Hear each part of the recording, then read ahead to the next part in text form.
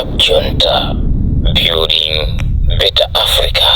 Programu ya Timveni exclusive program ndikendi ujeza ndi mkalakale bandale komanso iwo wandi pungo nyimba malamulo amene wandi olemegezeka Kamlepo KALUWA Kamlepo aliwani program ya Timveni exclusive ya mwachambirira nkhani yokhudza ulendo wa ndale wakhala utani kabantha ibeneyo kufika pano. Ulendo wanga wa ndale ndi wautali kwambiri ndipo so ineyo nalibe maganizo a ndale mene ndi makulira nalibe ambition kuti nzakhala wa ndale kapena engineer kapena a professor wachani ayi ine nangokula mene amakulira munthu aliyense koma ndinadabwisidwa kuti when I was I think 15 years nali ndi dream yovuta kwambiri nawo za gogo anga anatusanene chwa dream inandionesa mapa Malawi sina sindinena ndena tandionesa mapa Malawi anandionesa kuti anthu from Mulanje Karonga Chitipa Nkhotakota koma Mchinji akubwera tili pa msonkhano ndeno ndiona kamuzu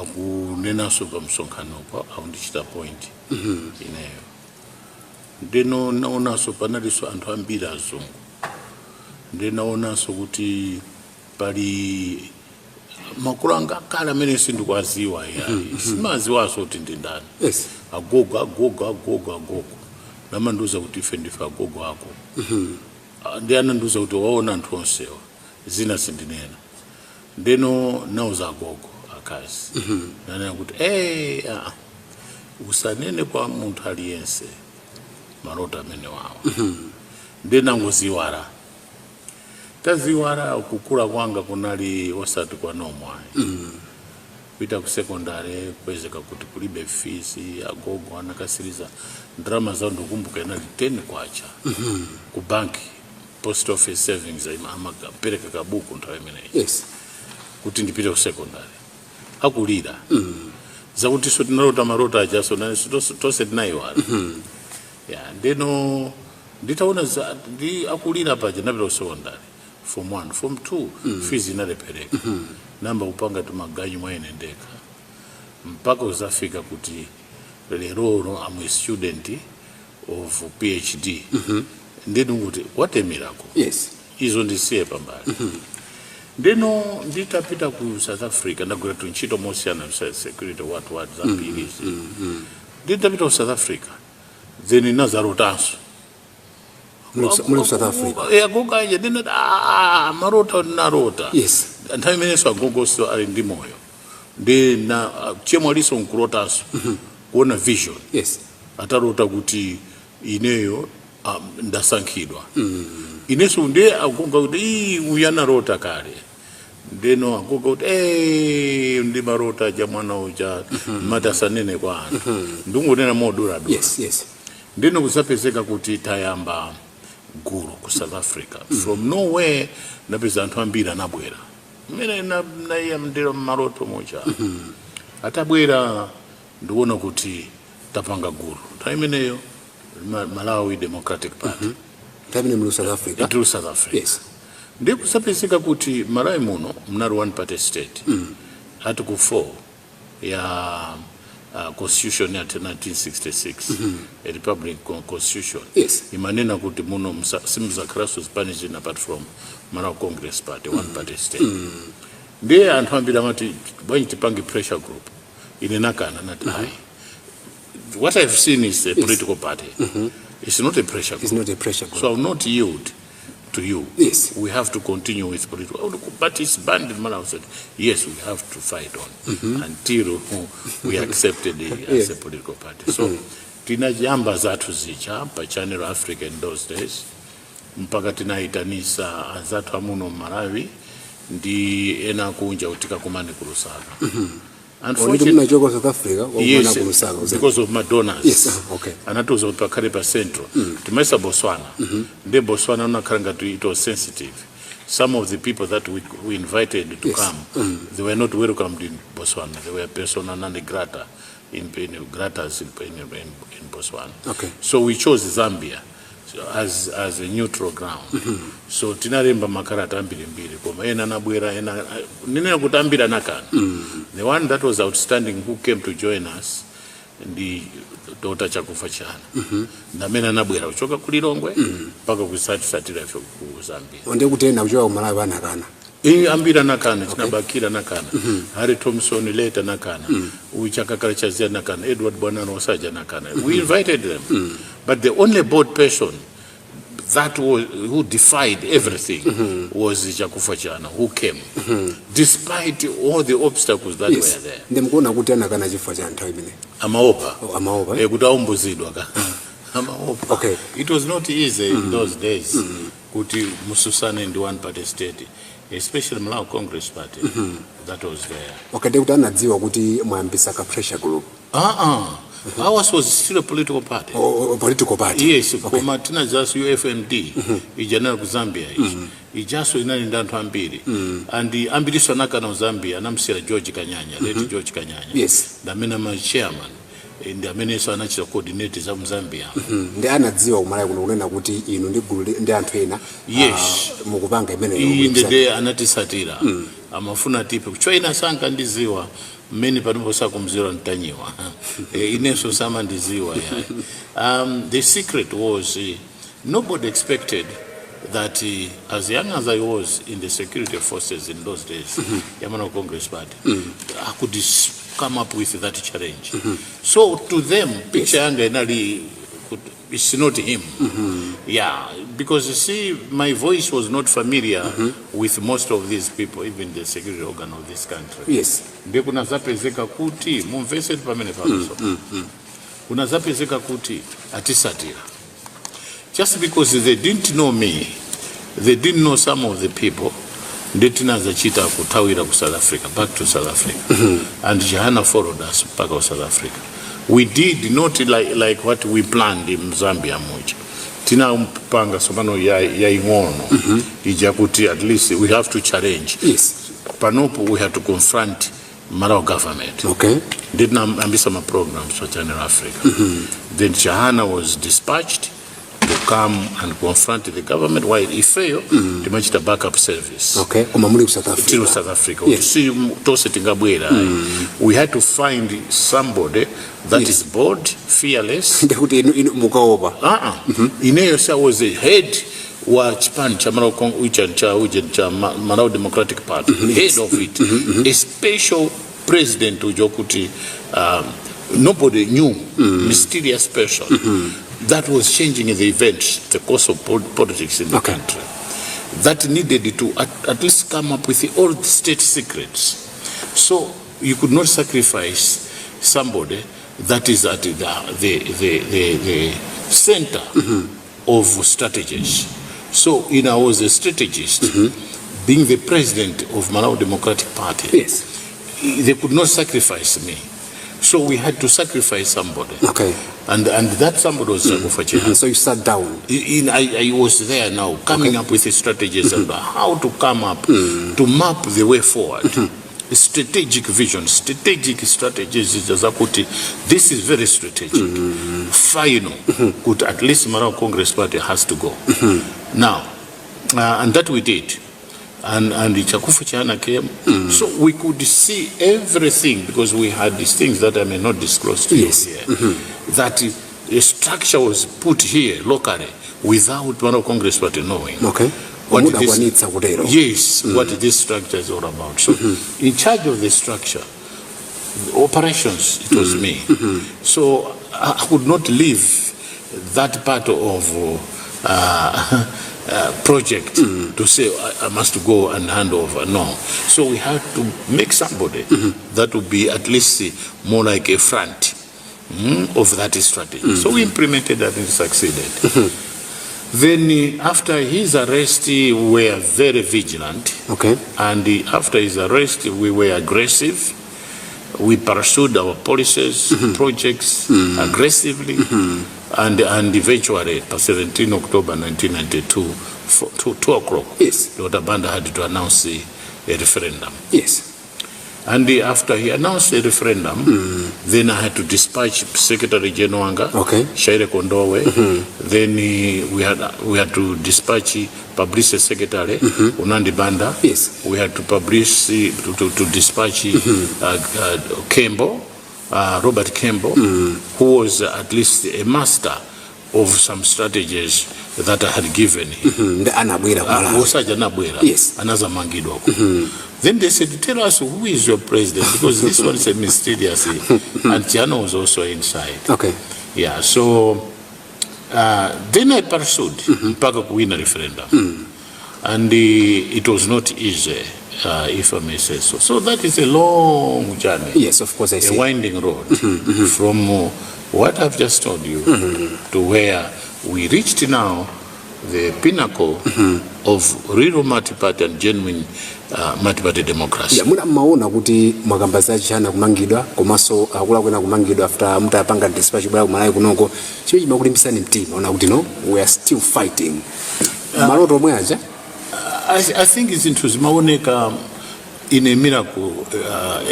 It was more like a miracle. Okay. You see, when you have a dream, you don't know who's behind that, and you don't know how you can do it. But everything was just working out according to whatever that we were planning. Meaning, there was a force behind that. The force I would say, when you have a dream, not just an ordinary dream, but a dream. Okay, I'll give you an example of Joseph. Had a dream. Of course, yeah. And he shared with his brothers and the father. And you could see how terrible it was. But eventually could not stop that dream. He became a prime minister of Egypt. Now, Goshen, he was a prime minister. Now, God was actually working things because when you're called, when there's that calling, I mean, you move with the Holy Spirit. You moved with the Holy Spirit. I think you move with powers that are not ordinary powers. Now, mwakamaka nyokuza Japan cha Malawi, a Democratic Party. Yes. Mwaibanga bando ni Japan, zilipaza Japan. Yes. Anyway, let me answer in this way. I never abandoned it. But what happened was I was asked by then the president of the country, Joyce Banda, to say, please help us. So I responded to that call. I thought it would be Malawi Democratic Party and the PP working together. But looking at some matrix and intrigues, we found out that no, I think it was proper for me to resign from Malawi Democratic Party and work with them in PP. Now, I thought things would work out the way how I planned. But God's plan is always supreme. Yes. Unazapezeka kuti, I think that was not my vision. Okay. That was not a dream. Ndena msira wina wake kupezeka do Malira, Lisa Upata. He was acting president and Malira. Kuzapeza so Lyson Milanzi was my running mate 1999. Na yeso Malira so kuzapezeka kuti but chimpuri kiti china chacho. And they registered that part, I'm told. And then I was more like in the wonderland, trying to say what is happening. Not necessarily that I had to lose that, or I had abandoned the initial policy of our dream or the liberation that we waged. But sometimes you have to be in the wilderness for 40 days. Even the Israelis were in the wilderness for 40 years. But do you regret to see Japan? No, I wouldn't say I regret. So you regret? No, I don't. I don't. But when you are in the wilderness, you don't regret. His fate is controlled by the natural forces that is beyond you. Yeah, it's beyond you. Now, this is the journey in short, yes, that I would say a political journey that I have. Yes. Now tetone tauna olemekezeka zipansa mbiri zikubadwa pakatipa. Now people are saying, of course, we've got zipansa mbiri, koma when it comes to dziko kuti upita patsogolo sizikulongosoka, mukuona bwanji pankani zipani zochuluka koma kuona dzikoli antaona kuti we are not developing as a country. You have always to be very careful when you are forming your party or any organization out of frustration. Then you not succeed. It has to be a calling, a national call or calling, because this is a national service that you give to the people. The problem that we have is that people, they have found out that in politics there is a shortcut to wealth. Yes, a shortcut to wealth creation. And they become now not politicians. Okay. They become job seekers and project seekers.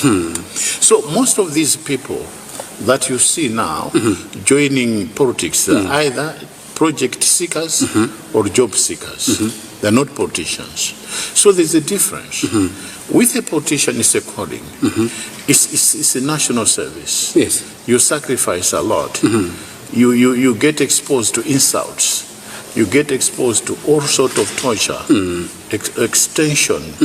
Extension meaning people would come and get money or something from you, or get something, but that you're not even prepared to actually sort of give in. Yes. But because you are in that political environment, you are forced to do it.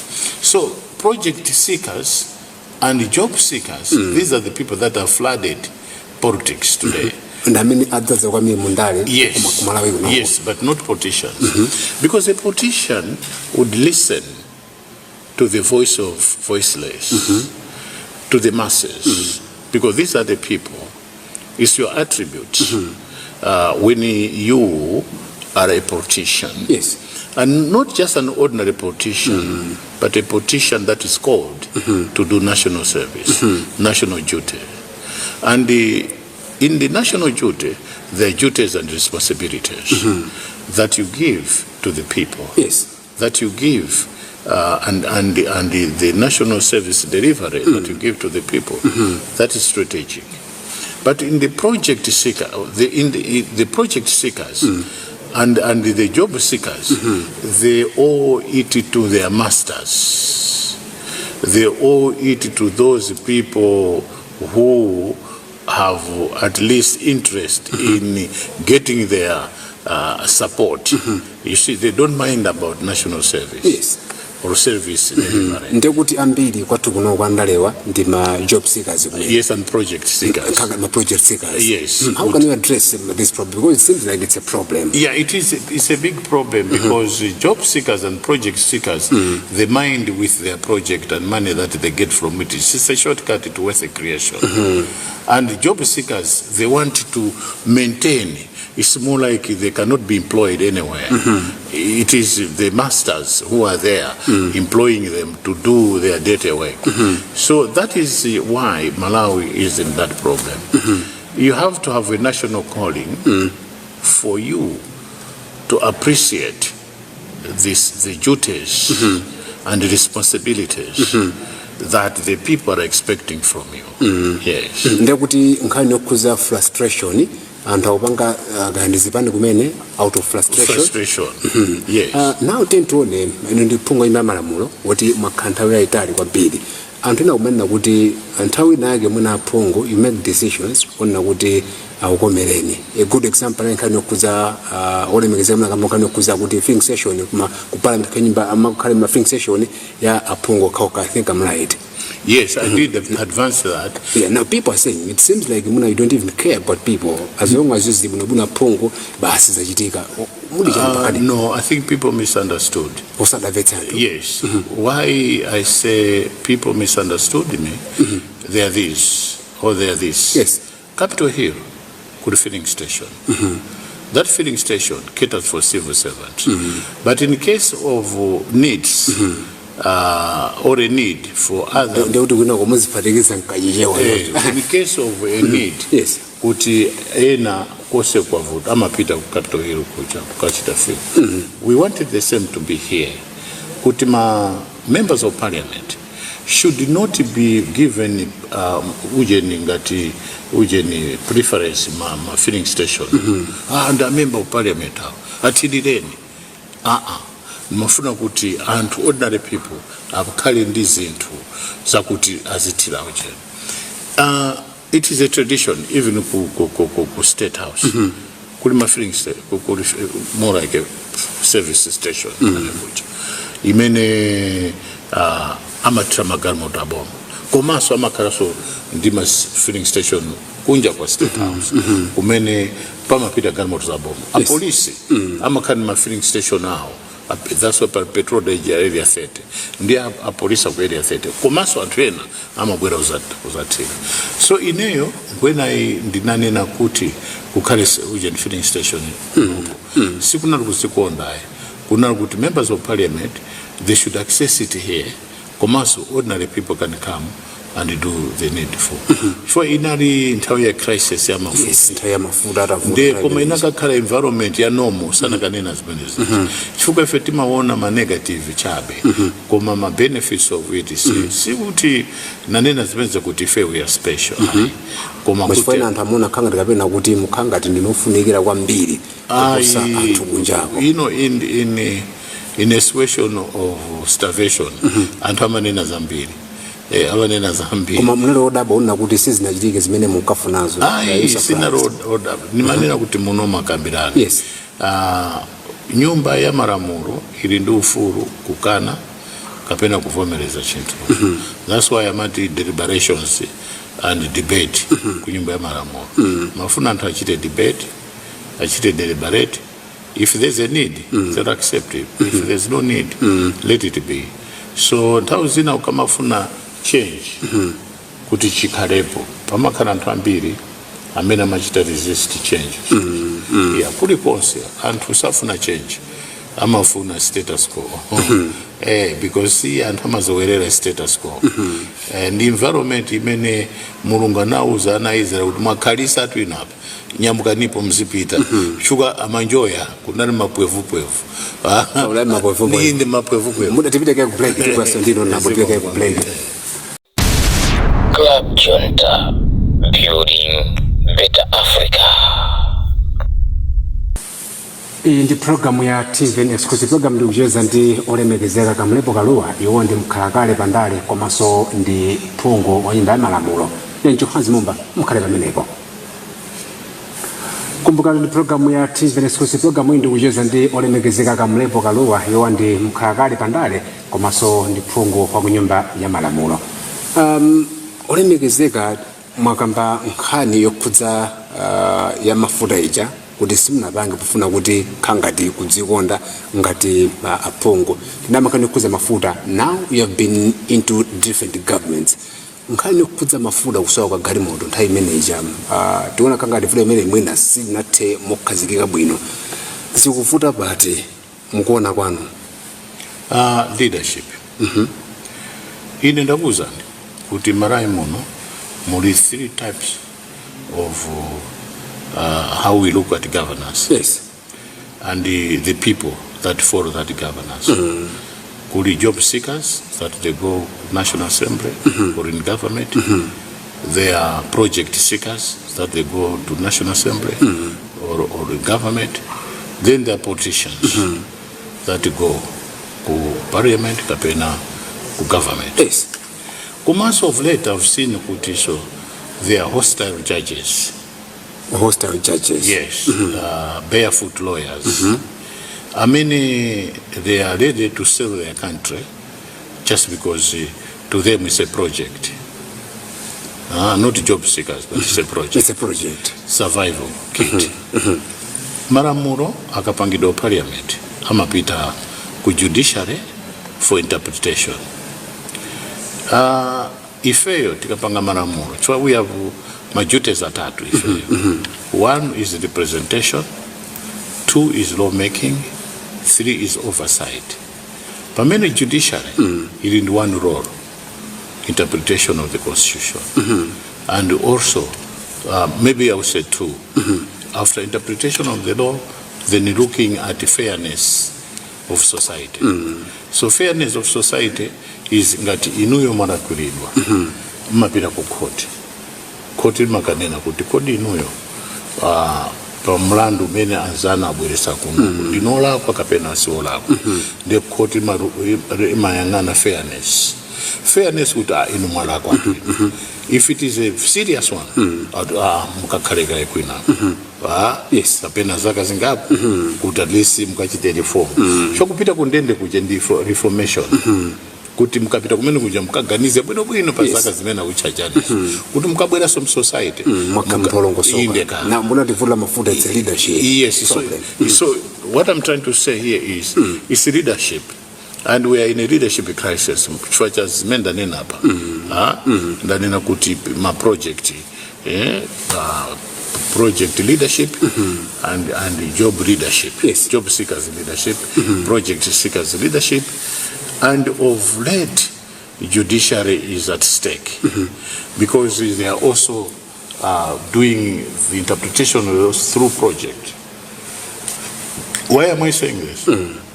Because the courts are there as lend people. Shukuru kumapita muntu amene sana punzile law.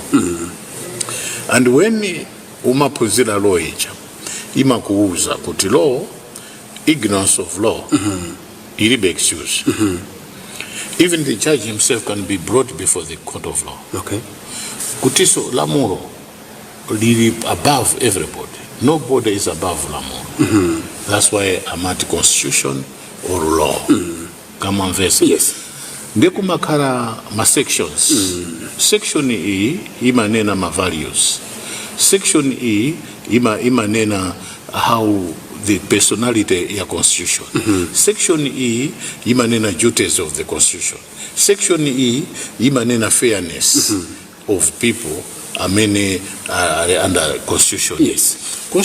Section E leadership yena kupanga is. Section E aku military yena kupanga is. Section E aku police yena kupanga is. Section E a human rights yena kupanga is. Section E a judiciary yena kupanga is. Section E parliament yena kupanga is. Executive yena kupanga is. And so to with the judiciary. Kama mfesa yes. There am at the constitution.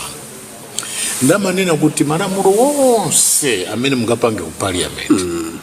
Kaya ndichano or laws or bylaws.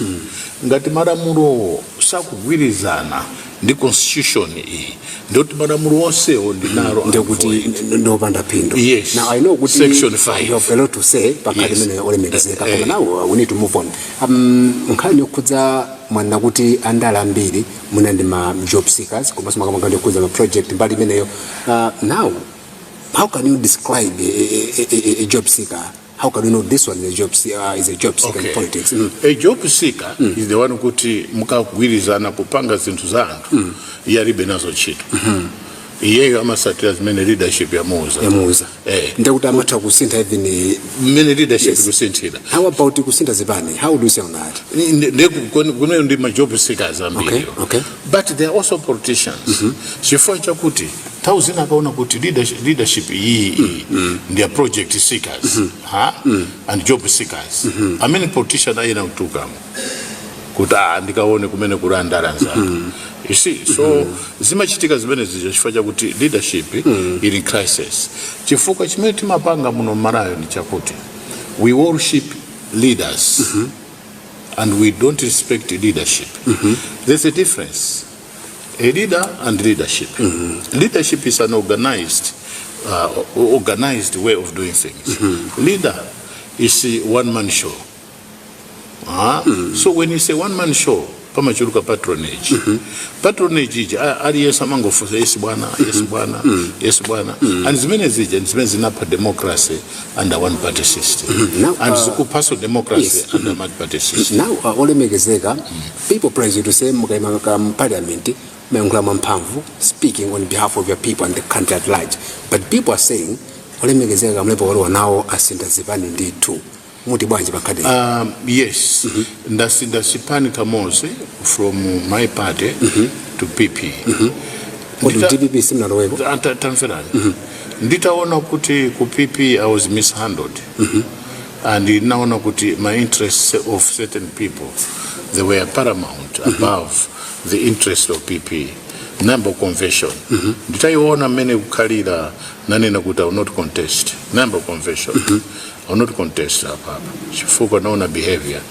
A lot of people, they were project seekers and job seekers. Okay. They don't know that I was not fitting in. But however, I remained in the PP. They know tita tama ma zisangu. But Zambia is in a sitting at kunena. Because you know, Ndale, it teaches you if you're a leader, discipline and self-control. Osa ngonena mwanditendite kuti wewe basi ungonena without in academic world we say sometimes be critical, ethical, and use logic when interpreting the situation or answering. We need critical skills and understanding, critical understanding. And then itaona napeza kuti I'm not fitting in. Kupipi. Yes. But I asked the speaker to be independent. So that's why I stay there. And another mugwiza no coalition and ambira kuboma. They formed the government. Ku DPP sinapita. Napita ku kurumpi kuti ndikauze sensitization. Ndikunali marara awiri. Marara ya DPP ndi rare imene napanga ine. First of all, usana chite move. Ask your people. What do you want me to do? Where do you want me to be in? Ndi anthu aja anene ma views awo. Ndi ngati anthu aja kutuma kutipita kwakuti. You also think about it. Sikuti makhala automatic. Okay. Ndi muda afusa anthu. Ndi anthu ambiri kumene kuti anati mlowe DPP. Okay. Let me think about it. Ndeno I'm in the process of thinking. I'm in the process of thinking. Okay. What is going on? And I'm studying. Okay. You get what I'm saying? I'm studying the situation, political situation. Then naona kuti apa ndiye na kukhala munthu omvesesa kwambiri. Okay. Ndiye na kukhala munthu because article section 65 of the constitution you don't cross the floor. Okay. We see another crossing. Peter crossing the floor. Komaine as one of the framers of the constitution, I have to be very careful. Okay. Because that constitution was made, it's my product. It's my product. So being your product, how you do the production of it. Yeah. You once crossed the floor? No, I've never.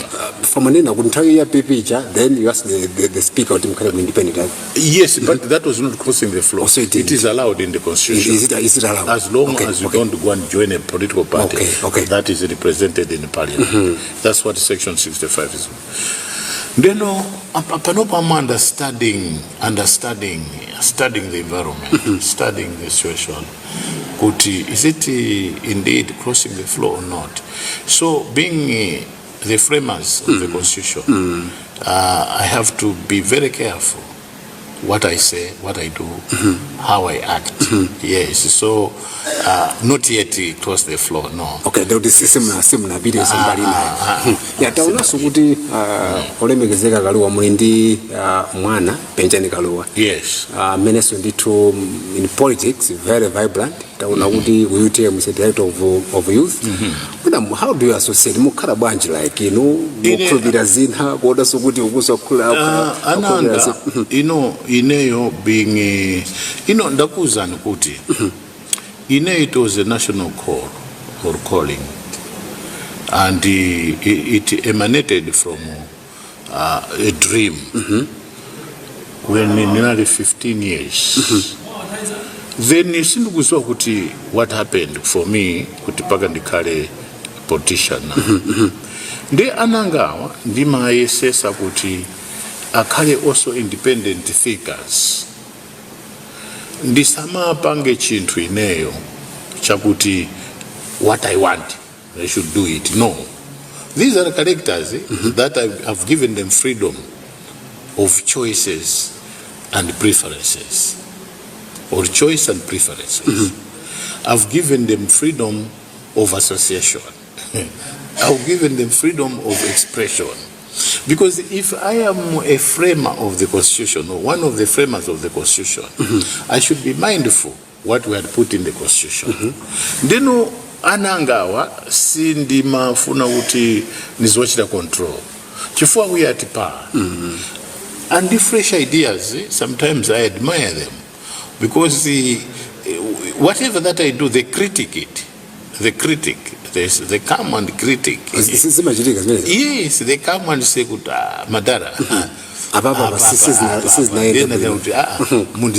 Yes. I don't interfere.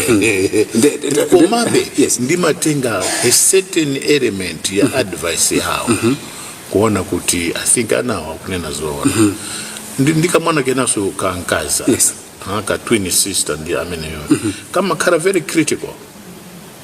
Kama kara very neutral. Kama kara very critical, in fact ndika powerhouse. One kuti sika onekera. Ndika powerhouse kopya. Ndika mene tosefika kama tiika hapa nkunena kuti apa iwe ndo wafochera. Mimi fandima tima karanga tindi debate. My house is parliament. Ya family yanga. Then sima funa for and against. Then when there is a movement, akakamene kama chita zose record ndika dota kanga. Shwa kamene kaka nikamene kama ziwa kuti no. Apapa uyu ya unena zoona uisa unena. Then after a week, kama lemba samari. Kuti no Antwinu, when you were debating, I saw this element. Kuti no say no. You are ignorant of this project. Then it's a very interesting if you come home kutuona minute makalira and anandishira congratulate when I did that rare ija makafusa kuti kodi ndiro were kuti anandishira congratulate kuti apa ja mapanga movie yabwino kwambiri kuti mfusano chifukwa inuyo mu parliament chifukwa cha anthu you are not ku parliament kuchwa cha ino no kai mope anthu. So for me to be here it's because of people. Na ona kuti kumaza program yathu ndifusa ife jona kuti taona pakatipa maisi lesona kuti ayakuti zaitika sakuti awanza kuti kana kuza child abduction kapena kubedwa kumene in 2017 tinamva wona kuti olemeza Kamlepo Kaluwa khangati azembesedwa. Were you really abducted or not? Baronga ineyo ndikamanena zinthu it will take years for people to understand. Chifukwa marai muno mu politics of jokers. Job seekers and project seekers. Some investors it. Ignorance, there's a beauty in ignorance. It's beautiful when you live in the world of ignorance. Because you don't know anything. What you don't know does not exist. What you don't know. Koma zilipo. It is. Zimene dunera panonza kuti.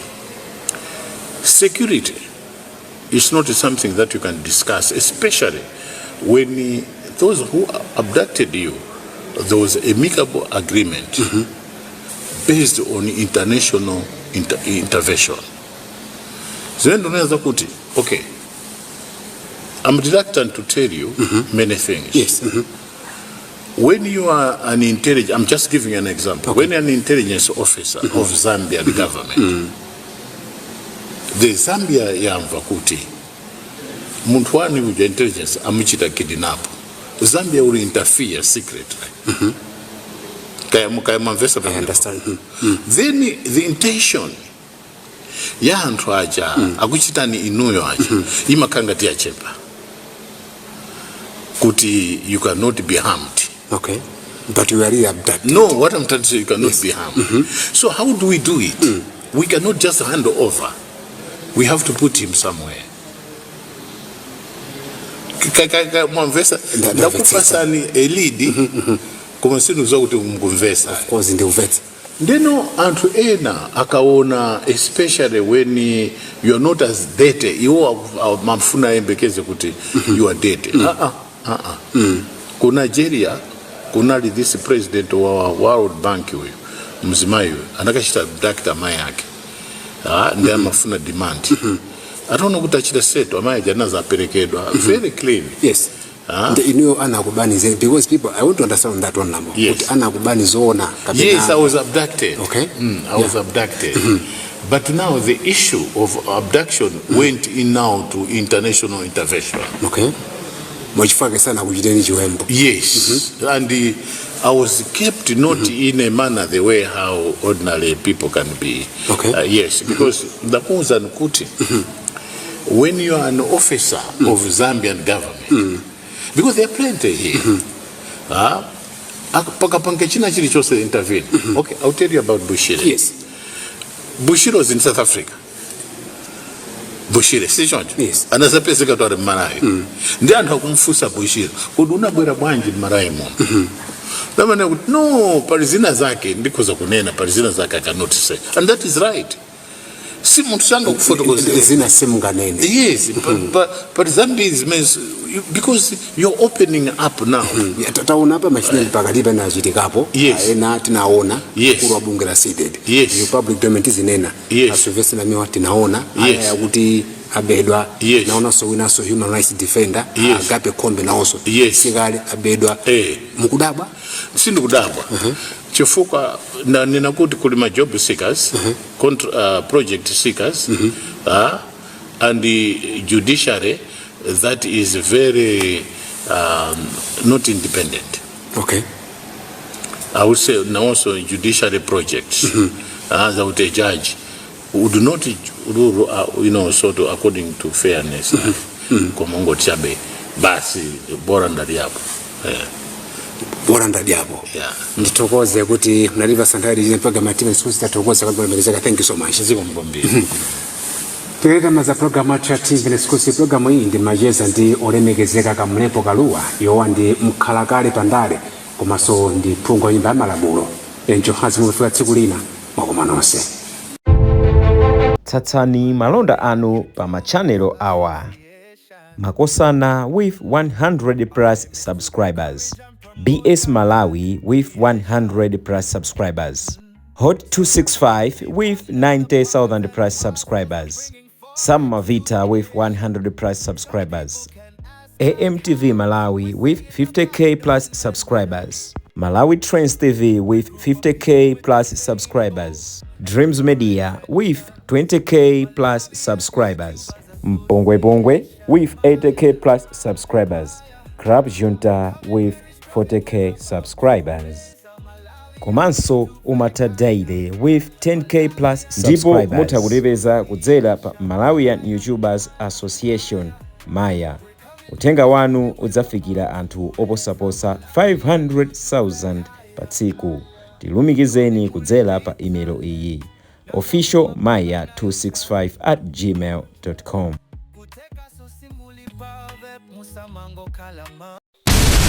Club Junta, building better Africa.